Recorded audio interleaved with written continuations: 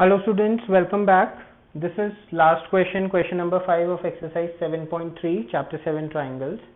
Question को पढ़ने के बाद आपको रियलाइज होगा कि this is nothing but the derivation of theorem 7.2.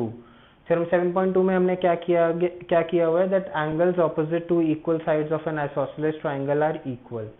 यहाँ पे हमें वही चीज बोली गई है कि ABC एक आइसोसेलेस ट्राइंगल है जहाँ पे AB और AC आपस में इक्वल है और हमें प्रूव करना है कि एंगल B और एंगल C जो है इक्वल है.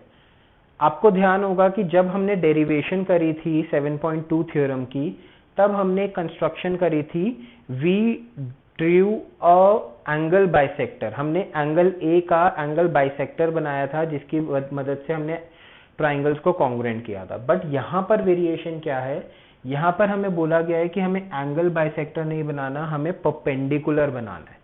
परपेंडिकुलर बनाना है या ऑल्टीट्यूड बनाना है. We have to draw AP which will be perpendicular to BC और उसकी मदद से हमें प्रूव करना है. ठीक है, तो एक फिगर बना लेते हैं फटाफट. So this is triangle ABC, isosceles triangle in which AB is equal to AC. अब ऑब्वियसली हमें एंगल B और एंगल C इक्वल प्रूव करने हैं तो हम डायरेक्टली वो थ्योरम नहीं लिखेंगे, उसी थ्योरम को हम एक अलग तरीके से डिराइव करने की कोशिश करेंगे. We are drawing a perpendicular from A to B such that AP is perpendicular to BC. ठीक है, अब इस चीज को की मदद से हम प्रूव करते हैं. देखो बहुत आसान है. आई थिंक आप में से कई बच्चों को तो ये आ भी गया होगा फिगर देखते ही कि कैसे होगा. सो अगेन जो हमें करना है, गिवन है हमें AB is equals to AC और AP is perpendicular to BC. ये दो चीजें हमें गिवन है. To prove angle B is equals to angle C. Solution करेंगे. बेसिकली हमें ये 90 डिग्रीज दिए हुए हैं. जहां 90 डिग्रीज दिए होते हैं कोशिश ये करनी है कि RHS रूल लगाएं हम. So in triangle ABP and triangle ACP, ये दोनों एंगल्स इक्वल कैसे प्रूव होंगे, एंगल B और एंगल C इक्वल कैसे प्रूव होंगे, जब ये दोनों ट्राइंगल्स कॉन्ग्रुएंट होंगे तो बाय कॉरेस्पॉन्डिंग पार्ट ये दोनों एंगल्स इक्वल हो जाएंगे. तो ABP और ACP में देखो angle APB is equals to angle APC is equals to 90 degrees each and this is given to us because AP is perpendicular to BC.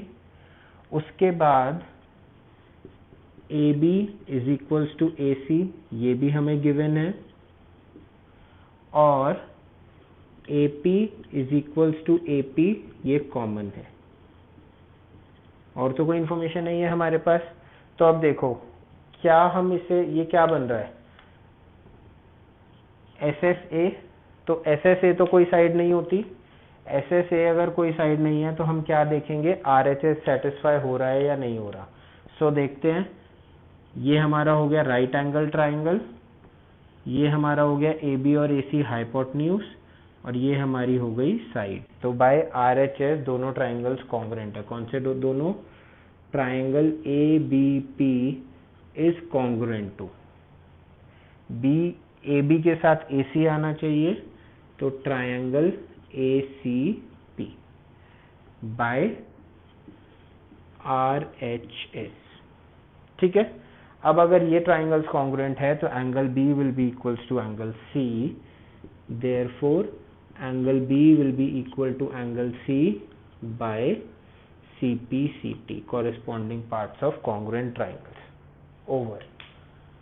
बहुत छोटा सा आंसर था, बहुत छोटा सा क्वेश्चन था.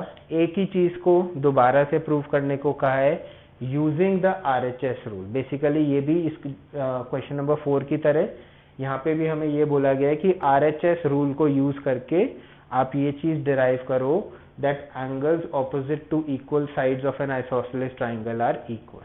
ठीक है, सो क्वेश्चन नंबर 5 हो गया है. इसी के साथ we are done with this exercise. Alright, so आपको क्या करना है, सारे क्वेश्चंस कर लिए हैं, उसके बाद आपको सब क्वेश्चंस को खुद से अटेम्प्ट करने की कोशिश करनी है, बिकॉज अभी मैंने कराया है। आप खुद से अटेम्प्ट करेंगे तब पता चलेगा आपको कितना समझ आया और कितनी अप्रोच आप खुद से लगा पाते हैं। दो चीज़ों का ध्यान रखना है जो मैं हर क्वेश्चन में बता रहा हूँ, गिवन और टू प्रूव। गिवन में वो चीज़ें लिखनी है जो आपको क्वेश्चन में पढ़ के समझ आया, टू प्रूव में भी वो चीज़ लिखनी है जो क्वेश्चन को पढ़ के आपको समझ आता है कि हमें प्रूव क्या करना है। ये दो चीज़ें हो जाएंगी, आपका 50% क्वेश्चन यहीं पे कंप्लीट हो जाएगा। उसके बाद आपको सिर्फ लॉज एंड थ्योरम्स यूज करने हैं जो हमने इस चैप्टर में पढ़े। ठीक है, now go through this question, will be studying about more concepts in further videos.